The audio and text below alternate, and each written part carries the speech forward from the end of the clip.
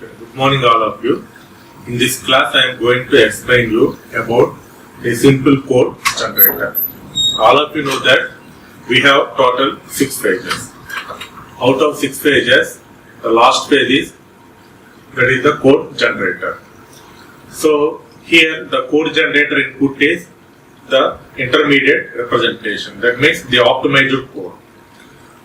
After performing the code generator, the result is mission code. So here, in this case, we are going to write one algorithm that generates the code for a single basic block. So all of you know that here the optimized code input is the flow graph. In the flow graph contains some nodes are there. Nodes means nothing but the nodes consisting of some set of instructions, 3 instructions. After that, performing the code generator, it will be generate a mission code. So in this class, I am going to explain about the algorithm that generates the code for a single basic block. So how to convert the basic block into mission code. So in this case, we are considering the registers. So it considers each address instructions in turn and keeps track of what values in what register, so it can avoid generating unnecessary loads and stores. So in mission code, all of you know that we are using some registers. So in this case, we are reducing unnecessary loads and store operations. And also here, one of the primary issue is it is deciding how to use registers in the best way, to best advantage. So in this case, there are 4 principles are there. By using these 4 principles, we can use the registers in better way. Suppose the first one is in most of the architectures, almost all the operands of operations must be in registers in order to perform the operation.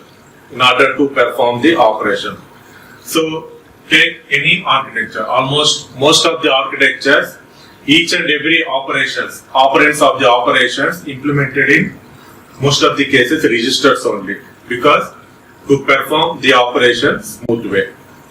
And the second one is, suppose the registers make good temporaries. For example, if you take one basic block. So basic block contains some set of instructions. So in these instructions, we can use some temporary registers. So places to hold the result of a sub-expression while a larger expression is being evaluated. So these expression values are stored in some temporary registers, and these registers are useful to the particular block only. Sometimes the same variable or the some register may be useful to the next basic block also. So that is the next point. So registers are used to hold values that are computed in one basic block and used in other basic blocks. So this is one block within the block, and this is one block to another block. So this one we can call it as a global values, global registers. Okay. And also the registers are used to help with runtime storage management also. We can use these registers. So there are 4 principal uses of registers. So one is, the most mission architectures, almost all the operations must be in registers only. And the second one is, each and every block executes some expressions, and these values are stored in temporarily some registers. Sometimes those values also used in the next basic block also. That one we can call it as a global values or the global variables. And the last one is in the runtime storage management also, we are using these registers. And The next one is here some registers are reserved for global values. For example, if you take load, LD means load, register, comma, memory. Same with store, memory, comma, register. So in this case, memory is assigned to, memory means nothing but some location, value. That is assigned to some register. Next one, again, store that register to some memory. And then perform some operation. So operator, register, comma, register, comma, register. Suppose, for example, take operator is addition. So addition. Register 1, comma, register 2, comma, register 3. That means we can perform addition operation between R2 and R3 and the value is assigned to R1. So these are some mission instructions. Okay, there is some mission instructions. And in that, so in the simple code generator, the first point is, first we are mainly concentrating on the register and address descriptors. So what is meant by descriptor? So in the code generation, the descriptors are very much useful. The purpose of the descriptor is to keep track of register contents and the address for names. So two things. One is descriptor purpose is to keep track of registers. Register content. What is the R1? What is the value? What is R2? What is the value? Like that. And address for their names. So here there are two types of descriptors. Two types of descriptors. One is register descriptor and the second one is address descriptor. There are two types of descriptors. One is register descriptor and the second one is address descriptor. Our topic is that one only. So register and address descriptor. So first one is the register descriptor. So the purpose of the register descriptor is, so here keeps track of what is the current content in each and every register. Suppose, for example, take in a block contains 5 registers are there. So the purpose of the register descriptor is each and every register, what is the current content value. Okay, it keeps track the current content in each and every register. And also the purpose of the register is it is consulted whenever a new register is required, it will be generate some request. So consulted whenever a new register is required. And the third one is, suppose initially in our basic block initially each register descriptor shows all the registers value is empty. Suppose take one basic block, in that basic block each and every register value is empty. After some time, after performing some operations, the each and register descriptor will hold some of the value of 0 or more names at any given time as the code generation for the block progresses. After some time, after some execution of some instructions, the register hold value of 0 or more names. So this is about the register descriptor. So the main purpose of the register descriptor is keep track the current content in each and every register, and also it consulted whenever a new register is required. Initially all registers are empty. After performing some evaluation, so the register will hold some value, 0 or more names. And the second descriptor is address descriptor. Second one is address descriptor. So in this address descriptor, here it is used to keep track the location. Keep track the location. Whereas in this case, the register descriptor means it keep track the current content. But whereas here it is the location where the current value of the name can be found at runtime. Okay. Track of the locations where the current value of the name can be found at runtime. So it is about the location of the name. And the location can be a register. The location can be a register, a stack location, and a memory address. Okay. So these are the two types of descriptor. In the code generation phase, these two descriptors play very much important role.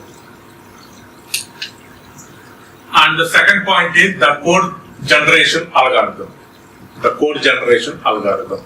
So how to generate a code from intermediate representation to the mission code. So here generally in this case we are using some special function that is get reg of I. So get reg of I. So reg means nothing but register. So get register of I. What is I? I means nothing but some set of 3 underscore statements. So here by using this function which selects registers for each memory location associated with the 3 underscore instruction of I. Okay, by using this function get register of I, the meaning is it selects register for each memory associated with 3 underscore statement for I. Okay, for I means some set of instructions, one block. Next one. Here one more important point is the function of get register. It is access to the register and address descriptors. Just now I have mentioned that register and address descriptors. So it is access to the register and address descriptors for all the variables of the basic block. For all the variables of the basic block means initially take individual block. And it may also have access to certain useful data flow information such as variables that are live on exit from the block. Sometimes it may be useful also for the remaining blocks also. Suppose take 2 blocks. Suppose block 1 and block 2. So by using this function we can access the variables in this block. Okay. Suppose same variable is useful for block 2 also, or the same variable is using in B2 also. We can use this function. We can access that variable also. Okay. So initially take individual blocks. Sometimes it may be possible to access other blocks also. That means global variables also. So in this algorithm, the first one is mission instructions for operations. So this is about the first point. Mission instructions for operations. So all of you know that the mission instructions means nothing but mnemonic words like load, add, store, like that. So in this case, for example, take one 3 underscore statement, 3 underscore instruction of the form x equal to y plus z. X equal to y plus z. So the meaning is perform addition operation between y and z, and add, and after performing the addition, the value is stored at x. So x equal to y plus z. Suppose if the statement is like this, so how to convert into mission instructions? Okay, how to convert into mission instructions? So the first point is, so here by using this function, so get register. So here the expression is x equal to y plus z. So here the x equal to y plus z. To select registers for x, y and z, because we have total 3 operands. So we have take total 3 registers x, y, z. So these x, y, z registers we can call it as Rx, Ry and Rz. So register x, register y and register z. That is the first point. Now, in this case we are performing addition operation between y and z. Between y and z. So the next point is, suppose if y is not in Ry, what is Ry register? Okay. Suppose if the operand y is not in the register, then issue an instruction. So first create some instruction. What is the instruction? Load. This one. Load. Load Ry, comma y dash. Okay. Suppose if y is not in Ry, then you have to create it. By using the statement is load, LD, ry comma y dash, where y dash is one of the memory locations for y. Okay, y dash means nothing but is one of the memory locations for y. Same way, z also. Suppose if z is not in rz, again you can create the statement like this: load ld rz comma z dash, like this. Again, where z dash is a location for z, it is also one of the memory location for z. And then issue the instruction, and then write the instruction. What is the instruction here? So like this is the syntax. So operator register comma register comma register. So in this way we can perform the addition operation. So first operator means here we are using the addition operation. So add. So here this is 1, 2, 3. So total 3 registers. First one is Rx, second one is Ry, third one is Rz. So here I want to perform the register. I want to perform the addition operation between Ry and Rz, and then the value is assigned to Rs. So this is nothing but x equal to y plus z. Okay. So in this way we created the mission instructions for a particular operation. So this is the first point. In the second point is mission instructions for copy statement. Mission instructions for copy statement. So previous one is operations. So in this case we are performing addition operation. Now this is the second one is copy statement. So all of you know that the copy statement is of the form is x equal to y. X equal to y. That means y is assigned to x. So both x and y have the same values. So here we assume that the function get register will always choose the same register for both x and y, because here it is a copy statement. So both are having the same values. That's why in this case whenever we are using the copy statement, so the function get register will give the same register for both x and y. Same way, if y is not already in that register, suppose y is not in the register, then again you have to create it. How to create it? By using the statement is load ry comma y. Suppose y it is there, then no need to create this statement. Okay. And next one, it is only necessary that we adjust the register descriptor for R so that it includes x as one of the values found there. See, in this copy statement means we are concentrating on only 2 points. The first point is, see, x equal to y is the form, both are having the same values. So first one is, by using the function get register, we generate the same register for both x and y. And the second point is, suppose y it is not in the list, it is not in the register ry, then you have to create it. How to create it? By using the statement load ry comma y. Suppose y it is already there, then no need to perform anything. And the third one is ending the basic block. Third one is ending the basic block. So the first one is mission instructions for operations. Second one is copy statement, assignment. And the third one is ending the basic block. So all of you know that the basic block contains some set of instructions. Okay. See. So here the variables used by the block may wind up with their only location being a register. So the block contains some 3 instructions. So in the 3 instructions we can use some temporary variables and also we can use some variables only. That variables we can use next block also. but some variables, some temporary variables are used only within the block only. So that is the second point.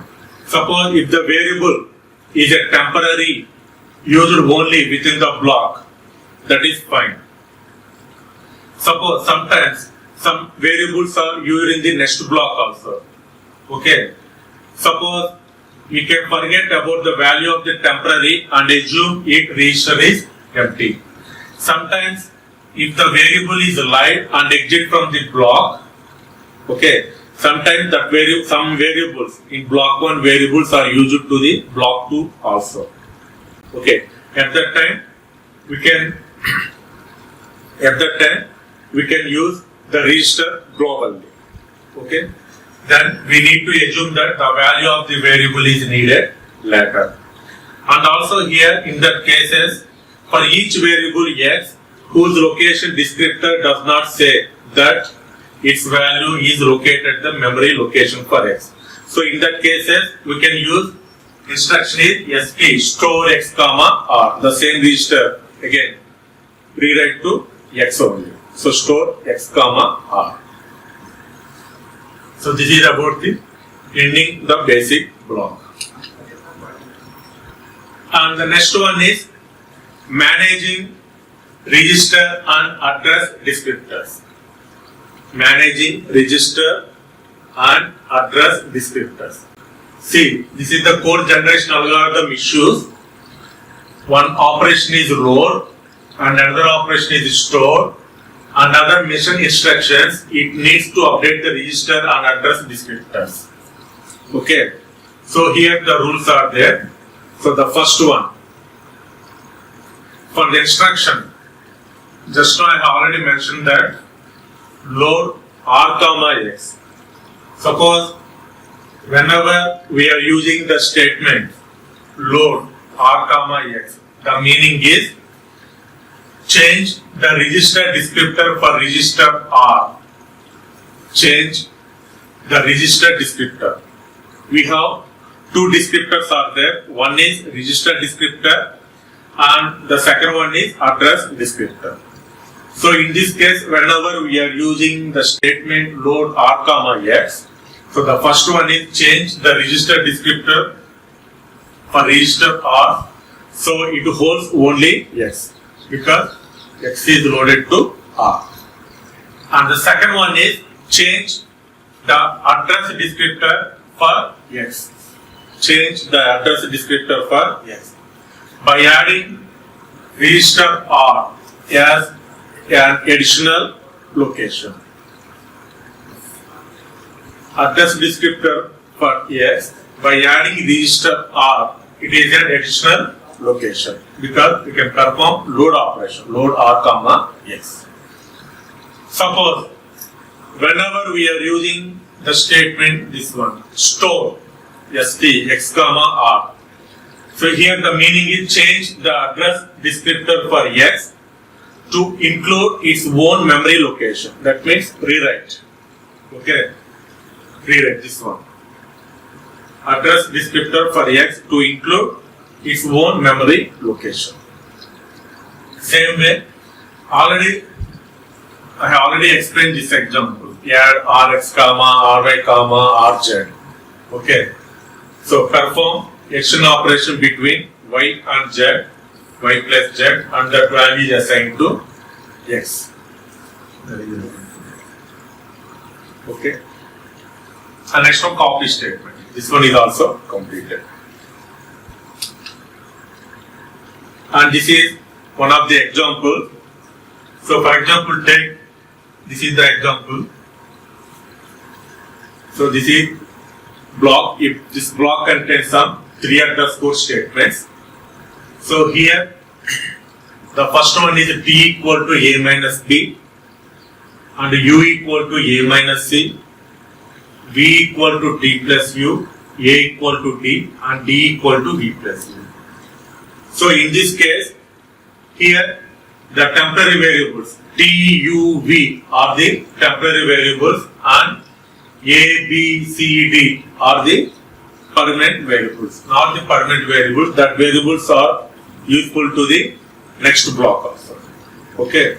For example, take three registers R1, R2, R3. Next one, permanent. These are the variables, and temporary variables are T, U, V. T, U, V. Suppose the first operation. So here the first operation is T equal to A minus B. So here T equal to A minus B. So first this one is converted into mission instruction. So here it is a simple operation.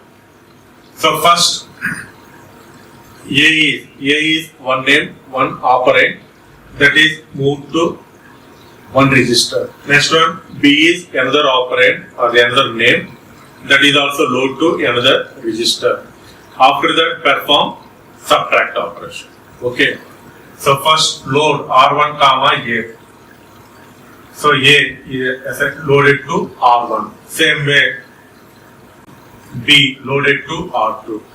Next one, perform subtract operation. So here subtract R2 comma R1 comma R2. That means A minus B. What is A? A is already stored in R1. B is already stored in R2. A minus B. So A minus B value is stored at that variable R2. Variable R2. So in this case, what is the first R1 register in this case, in this point? So R1 means A, because A is assigned to R1. A. Next, what is R2? See, this is R2. First time is B is loaded to R2. Next one, here R2 is updated. What is the value? The value of R1 minus R2. That means R1 R2 minus means nothing but the A minus B value. This value is stored in T. That's why R2 means here T. What is the first one? So initially all are T, U, V are temporary variables, whereas A, B, C, D are useful for the next block also. So in this case, what is A? A value and R1 value, both are having the same value. Both are having generated the same. Next to B is B, there is no change. Next to C is C, no change.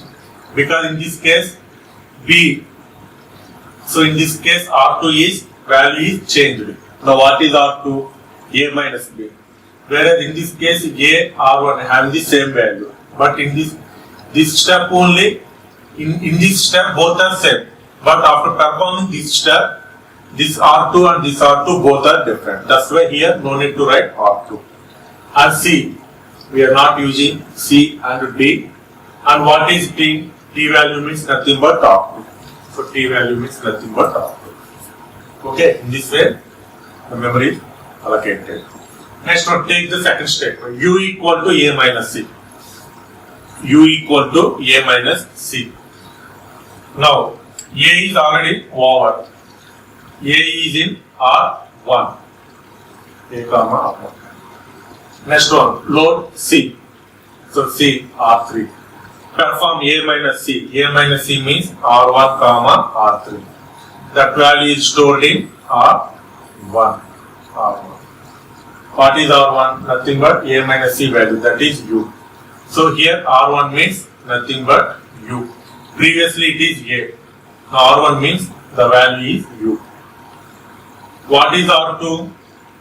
R2 is, in this case we are not touching the value R2. We are not touching the register R2. That's why the value is same. What about the R3? So C is register to R3. So R3. Okay. But in this step also the R3 both are having the same values. That's why here also you can write C comma R3. Okay. Next to A, B, same values. Next to T is same. T. What is T? T means R2. Same. Now U. U means R1. U means R1. Okay. Same way next one. V equal to T plus U. So T plus U. What is T? T. T means nothing but R2. T means nothing but R2. So R2. What is U? U means nothing but R1. So perform addition operation and the value is stored at R3. So again R3 means B. So here R3 means nothing but B. Okay. Now A, B, C, D. Previously, now the values are changed. Both are different. C, comma R3. Now B value is R3. B value is R3.